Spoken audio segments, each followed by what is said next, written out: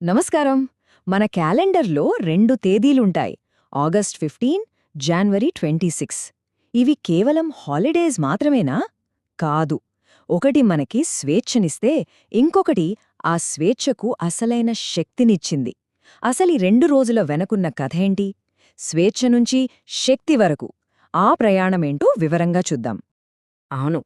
ఇక్కడే మనం ఆలోచించాల్సిన అస్సలు ప్రశ్న మొదలవుతుంది. స్వాతంత్ర్యం, గణతంత్రం. ఇవి మనం ఎంజాయ్ చేయడానికి వచ్చే సెలవులు మాత్రమేనా? లేకపోతే మనందరి భుజాల మీద ఉన్న ఒక పెద్ద బాధ్యత? ఈ ప్రశ్నకు సమాధానం వెతుకుదాం రండి. సరే, ముందుగా ఆగస్ట్ 15 గురించి మాట్లాడుకుందాం. స్వాతంత్ర్యం కోసం మనం చెల్లించిన వెల నిజంగా చాలా బరువైనది. ఈరోజు వెనకున్న ఆత్మని, ఆ ఫీల్ని అర్థం చేసుకునే ప్రయత్నం చేద్దాం. ఇది కేవలం ఒక పండగ కాదు, ఇది అంతకు మించిన త్యాగాల కథ. 1947. అవును, ఒక దేశం తన బానిస సంకెళ్లను తెంచుకుంది. కాని కథ అక్కడితో అయిపోలేదు. నిజానికి అది ఒక కొత్త, మరింత కష్టమైన ప్రయాణానికి నాంది మాత్రమే. ఇది వేడుక చేసుకోవాల్సిన రోజు కాదు.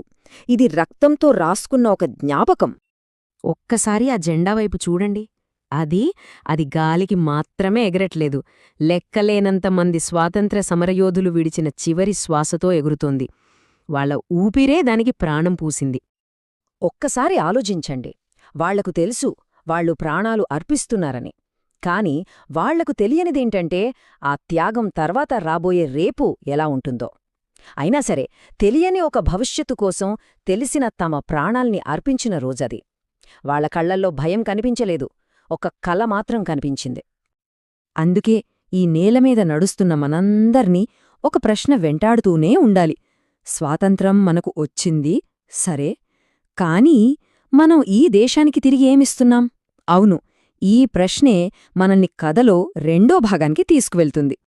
ఇప్పుడు వద్దాం జనవరి 26కి. ఇది అధికారం మన చేతుల్లోకి వచ్చిన రోజు.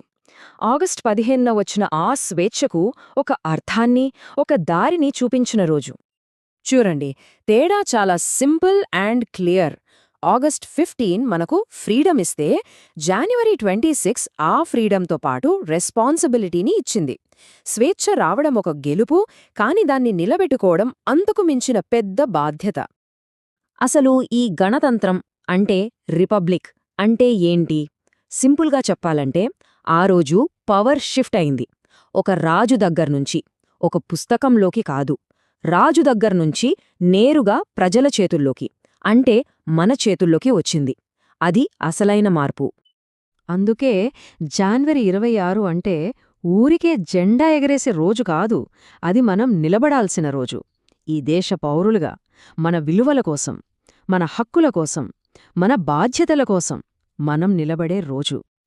ఒక విషయం గుర్తుపెట్టుకోవాలి, చట్టమనేది ఏ లైబ్రరీలోనో దుమ్ముపట్టి ఉన్న పుస్తకం కాదు.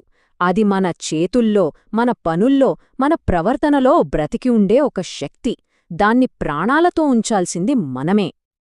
సరే, ఇప్పుడు ఈ రెండింటినీ కలుపుదాం. స్వేచ్ఛకు బాధ్యత ఖచ్చితంగా తోడవ్వాలి. ఎందుకంటే బాధ్యతలేని స్వేచ్ఛ చాలా ప్రమాదకరం. అది అరాచకానికి దారితీస్తుంది. ఈ 2 రోజులు అంటే ఆగస్ట్ 15, జనవరి 26 ఒకదానికొకటి ఎలా అర్థాన్నిస్తాయో చూడండి. ఒక సిటిజన్గా మన చేతిలో కొన్ని పవర్ఫుల్ టూల్స్ ఉన్నాయి. మన ఓటు, అది కేవలం ఒక సింబల్ కాదు, ఈ దేశ భవిష్యత్తుకు మనమిస్తున్న ఒక ప్రామిస్. మన ఫ్రీడమ్, అది మనకి నచ్చింది చేయడానికి కాదు, ఏది రైటో దానికోసం నిలబడటానికి.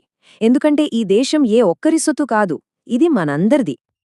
మన భారత రాజ్యాంగం ఎక్కడో పార్లమెంట్లోనో కోర్టుల్లోనో బ్రతకదు, అది మనలో బ్రతుకుతుంది. మన నిజాయితీ, మన క్రమశిక్షణ, మన ధైర్యం, అదే దానికి ఊపిరి. మనం వీకైపోతే మన రాజ్యాంగం కూడా వీకైపోతుంది. ఇప్పుడు ఫైనల్గా చాలా పవర్ఫుల్ పాయింట్కొస్తున్నాం. ఒక నిజం తెలుసుకోవాలి, మనమే రాజ్యాంగం. ఈ విషయాన్ని రియలైజ్ అవ్వడమే అసలైన దేశభక్తి.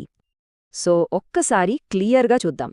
ఆగస్టు 15 మనకు స్వేచ్ఛ వచ్చింది, సంకెళ్ళు తెగిపోయాయి.